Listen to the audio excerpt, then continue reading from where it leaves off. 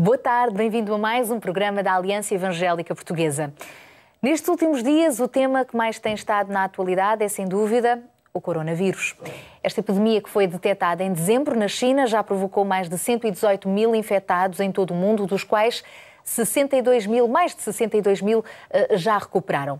A doença do Covid-19 está a manter o mundo em suspense, mas pior que o vírus é mesmo o medo instalado. Enquanto cristãos, como podemos e devemos trazer esperança através da ajuda ativa e ação cooperativa, especialmente em situações de crise como esta? Coronavírus, considerações e desafios é então o tema do nosso Caminhos de hoje, e para isso vamos conversar com António Calaim, é presidente da Aliança Evangélica Portuguesa, também médico. Temos hoje connosco Jorge Humberto, pastor e representante da Aliança Evangélica no Grupo de Trabalho Interreligioso Religiões e Saúde, e ainda o médico pediatra Filipe Silva, presidente da Associação Cristã Evangélica de Profissionais de Saúde. Olá, obrigada pela disponibilidade para estarem aqui connosco nas vossas agendas complicadas, ainda mais também enquanto médicos nestes dias que não param. Doutor Filipe, para começar, muito se tem falado do coronavírus, mas muito rapidamente, quer-nos explicar do que é que estamos exatamente a falar e o que é que ele provoca? Então, nós estamos a falar de um vírus que pertence a uma família de vírus que nós já conhecemos. A maior parte deles provocam infecções que não são graves, mas tem havido exceções ao longo da história e esta é uma delas. Este novo vírus, Covid-19, é um vírus para o qual ninguém ainda está a partir imune e, portanto, tem potencial de causar um grande número de infecções, parece ser muito transmissível e a preocupação principal é porque, enquanto que em 80% das pessoas provoca uma doença ligeira, do género de uma gripe que passa e a pessoa fica bem, as pessoas mais frágeis, com mais de 65 anos, com doenças crónicas, são mais suscetíveis de terem uma forma grave da doença, que pode resultar em morte, ou de precisar de cuidados intensivos em 5 a 10% dos casos. E, portanto, a preocupação aqui é conter a infecção para que ela progrida lentamente, de modo a não esgotar a capacidade de resposta dos recursos da saúde. Inicialmente dizia-se que a doença não atingia crianças e adolescentes, mas em Portugal temos verificado, inclusivamente com o fecho de escolas, que há adolescentes a serem também infectados. Exato. É assim, na verdade, como a doença é recente, nós ainda não sabemos tudo acerca dela. Mas a evidência de estudos na China é que as crianças são de facto infectadas, provavelmente a maior número do que pensamos, mas têm quadros tão leves que podem passar sem diagnóstico. No entanto, não são de negligenciar, porque podem depois transmitir a infecção aos adultos, e nomeadamente às pessoas mais velhas e mais frágeis que estávamos a falar. Estamos a falar de uma epidemia ou pandemia. No fundo, qual é a diferença? Então, uma epidemia, no fundo, é o surgimento de um grande número de casos num curto espaço de tempo numa dada região, mais do que se estava à espera. Uma pandemia é quando aparece uma epidemia com uma escala mundial. Neste momento, a Organização Mundial de Saúde, tanto quanto sei até agora, não decretou como estado de pandemia, mas reconhece que existe esse risco e, portanto, os países devem tomar as medidas necessárias para que isso não aconteça. Por falar em medidas necessárias, muito se tem falado, toda a comunicação social e não só, tem divulgado essas medidas necessárias para pôr em prática. Quer-nos lembrar, de facto, que cuidados é que nós precisamos de ter, manter e repetir? Claro. Eu gostava de começar por o que não se deve fazer, que é pôr toda a gente a comprar e a usar máscaras, que já está a criar problemas graves de estoque que podem ter impacto na saúde, além de não serem eficazes, porque acabam por ficar conspurcadas, de ser manipuladas de forma inadequada. O que é importante? É importante considerar que o vírus se transmite principalmente a uma distância de 1 metro, principalmente quando é projetado com espirros, com tosse.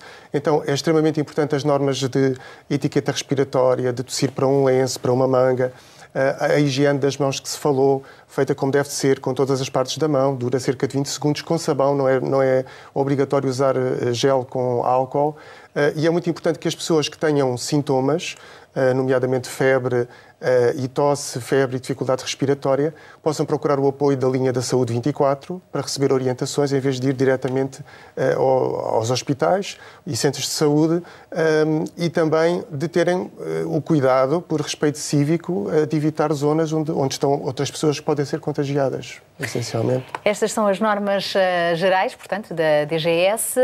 Normas essas que foram também transportadas, digamos assim, para o contexto de igreja. Dentro das nossas comunidades, umas maiores, outras menores, em Portugal, que recomendações é que a Aliança Evangélica Portuguesa também já fez passar para que as igrejas possam seguir as precauções necessárias? Boa tarde, ou bom dia, conforme a hora e o local onde nos estejam a ouvir, não é? Mas realmente não podemos deixar de reafirmar as normas que nos têm sido indicadas pelas autoridades competentes. Neste caso, as igrejas têm tido isso em conta. Exato. A Direção-Geral de Saúde tem emitido algumas recomendações e a primeira recomendação é, por favor, que os líderes das igrejas e os responsáveis pelas comunidades, por favor, tentem disseminá-las, colocá-las não só de um modo visível nos nossos templos, nas nossas casas de culto, nos nossos locais de reunião, e que nos estimulemos uns aos outros a colocá-las em prática. Porque conhecemos a nossa tendência um pouco de anárquica e um pouco de tendência a acharmos que estamos livres dessas coisas, o que acontece é sempre para os outros, e não. Temos de pensar que isto está a acontecer hoje e pode afetar-nos terrivelmente. É verdade que um dos problemas que temos é que realmente este vírus não aparece e não surge, não se manifesta de uma forma, chamemos-lhe assim, intempestiva ou tão comum como sendo a simples constipação, em que toda a gente sabe quando estamos constipados, com a coriza, com o nariz a pingar, etc., e com as tosses e os espirros, ou com febres altas, como é o caso da gripe.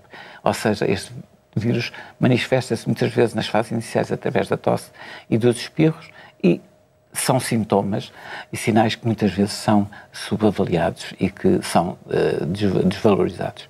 Queremos dizer que, neste tempo, temos de ter especial sintomas e sinais que muitas vezes são subavaliados e que são desvalorizados.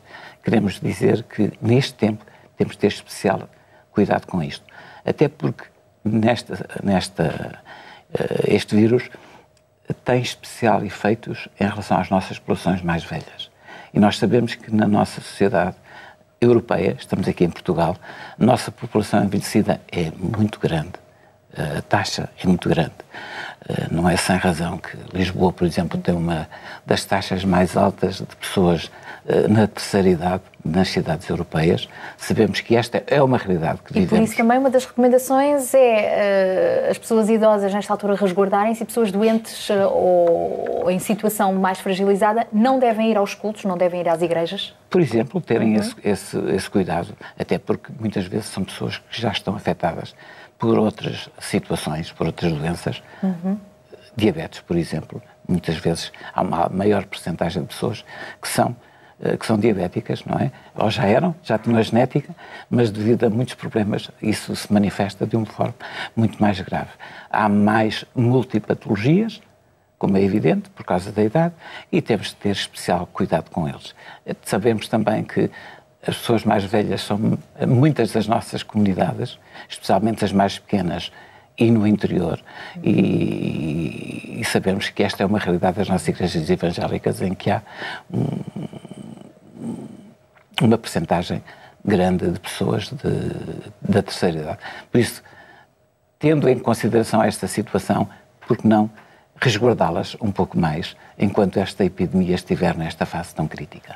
De resto, estas e outras indicações, não só da DGS, mas também da própria Aliança Evangélica para as igrejas, estão disponíveis no nosso site, podem ser visíveis e queremos que servem também de orientação para os líderes, não é? E para que nós possamos, como igreja, ser proativos precisamente neste período de contenção. Pastor Jorge Humberto, fazendo parte do grupo de trabalho interreligioso Religiões de Saúde, neste caso como representante da Aliança Evangélica, outras comunidades religiosas estão presentes neste grupo de trabalho. Tem uma noção de que forma é que isto está a afetar a liturgia, a vida em comunidade das várias confissões religiosas e de que forma é que elas estão sensíveis para isto? Boa tarde, Sara. Olha, na terça-feira passada nós tivemos uma reunião do grupo de trabalho com cerca de 6 confissões religiosas, tradições religiosas, e na medida em que nem todos puderam estar. E foi muito interessante porque a forma como nós nos cumprimentamos não foi agora na moda, com o cotovelo ou com o pé, ou fazer assim, mas foi com aquela saudação que os hindus têm, que é o... Quase uma vénia. Quase uma vénia. Isso foi muito interessante. Usar a criatividade. Beijinhos e abraços é que não, para já. Foi muito interessante. Do ponto de vista do Grupo de Trabalho Interreligioso, de facto, há uma consciência clara e absoluta de que estamos diante de uma situação que requer cuidados extremos. E a percepção que eu tenho é que todas as comunidades transversalmente estão a levar isto a sério, muito a sério, e estão a tomar medidas muito claras e objetivas, seguindo a ordem da DGS, no sentido de evitar que as comunidades sejam polos, sejam centros de propagação do vírus. Então, isto para dizer que, de facto, as comunidades religiosas, desde a Igreja Católica, passando pela comunidade muçulmana, budistas, bahais, adventistas, Aliança Evangélica, que eu quero também aqui dar os parabéns, que em tempo oportuno a Aliança Evangélica fez sair cá para fora um conjunto de normas claras e objetivas sobre isso, à semelhança de outras confissões, e, de facto, os líderes religiosos, segundo a minha percepção, estão, de facto, a tomar medidas muito claras e muito objetivas. É verdade, com alguma discrição, exatamente para evitar esta dimensão do alarmismo, mas que, de facto, estão a levar isto muito a sério e a considerar todas as possibilidades que, eventualmente, no futuro podem acontecer, podem vir a surgir. De facto, isso é uma percepção e isso é uma realidade que se pode constatar. A adoção destas medidas, ao mesmo tempo, poderão não ser um sinal de descrença. Afinal, Deus pode proteger-nos, Deus pode curar-nos. Mesmo pondo a nossa fé em prática, faz sentido adotar estas medidas? Ou, por outro lado, de que forma é que devemos equilibrar a fé com a precaução? Sara, eu costumo dizer que a fé não é irracional. E até há um pensador, que eu agora não me lembro o nome dele, que diz que a fé vai para além da razão, mas não é contra a razão. Ou seja, a mesma razão que me leva a crer em Deus, a mesma razão, e agora estou a falar como cristão evangélico, a mesma razão que me leva a crer em Deus, a mesma razão que me leva a perceber porquê confiar no sacrifício de Cristo na cruz do Calvário, a mesma razão que me leva a crer que Deus está no controle de todas as coisas, inclusivamente da minha própria vida, é a mesma razão que me transporta para o mundo real e que me leva a perceber que vivo num mundo contingente, eu próprio sou contingente, com as minhas fragilidades, e que dentro dessa vivência do mundo, dessa caminhada existencial, nós estamos sujeitos a um conjunto de vulnerabilidades e um conjunto de situações que todas as pessoas têm ou que os comuns dos mortais têm. Agora, a grande questão é perceber que Deus pode todas as coisas, mas há coisas que vêm à nossa vida que Deus permite ou que acontecem, mas isso não pode abalar de forma nenhuma a nossa fé. Ou seja, a mesma fé e o mesmo entendimento, a mesma racionalidade que me leva a confiar em Deus é exatamente a mesma racionalidade que me leva a ter um conjunto de precauções com o objetivo de não ser vítima de um conjunto de circunstâncias que neste momento pode ser o Covid. E não vitimizarmos outros, cuidarmos uns dos outros. Exatamente. Só mais uma questão que eu acho que é muito interessante, que é o seguinte: quando nós olhamos para o Velho Testamento, não há dúvida nenhuma que Deus esteve na vida do povo de Israel. Mas o mesmo Deus que esteve no povo de Israel foi exatamente o mesmo Deus que deu um conjunto de leis de higiene. E porquê que deu um conjunto de leis de higiene? Exatamente para proteger o povo de um conjunto de circunstâncias que podiam surgir e que podiam dinamizá-las. Deus está-se aqui a contradizer? Não.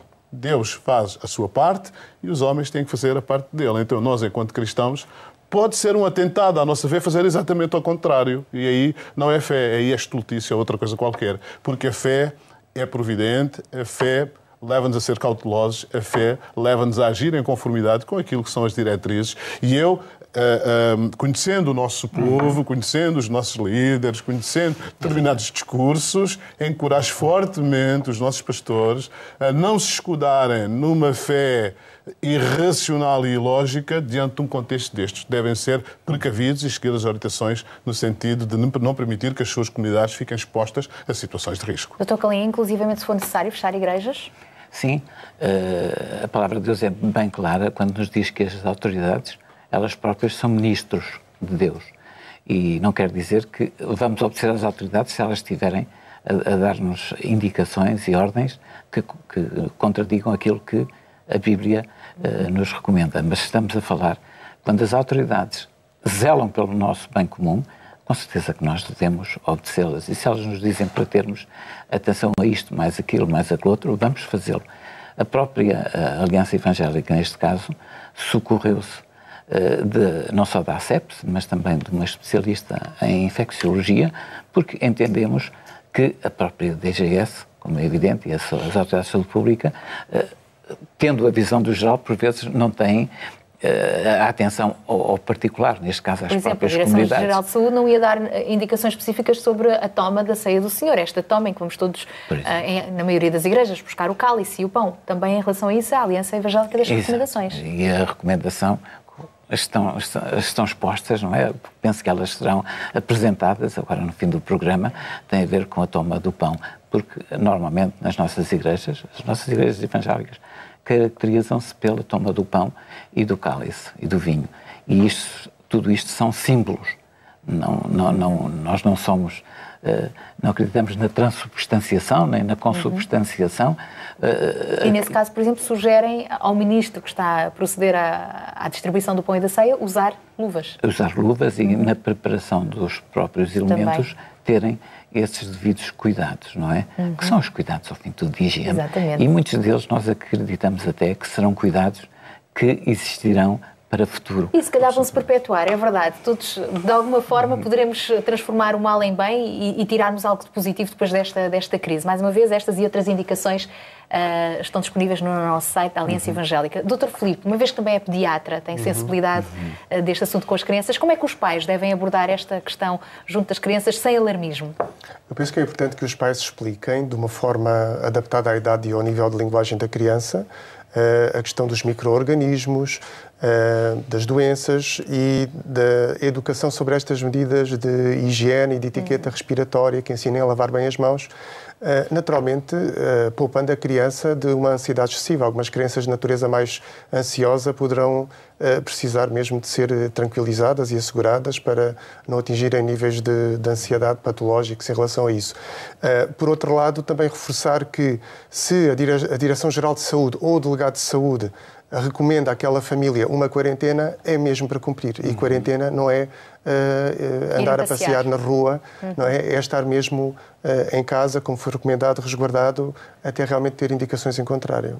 Mesmo que os pais não estejam afetados, imaginemos, no caso de estudantes, os jovens estão, os pais devem também seguir as mesmas habitualmente orientações. Isso é recomendado pelo Delegado de Saúde e deve ser cumprido escrupulosamente até a ser levantado esse estado de quarentena. Não é demais lembrar.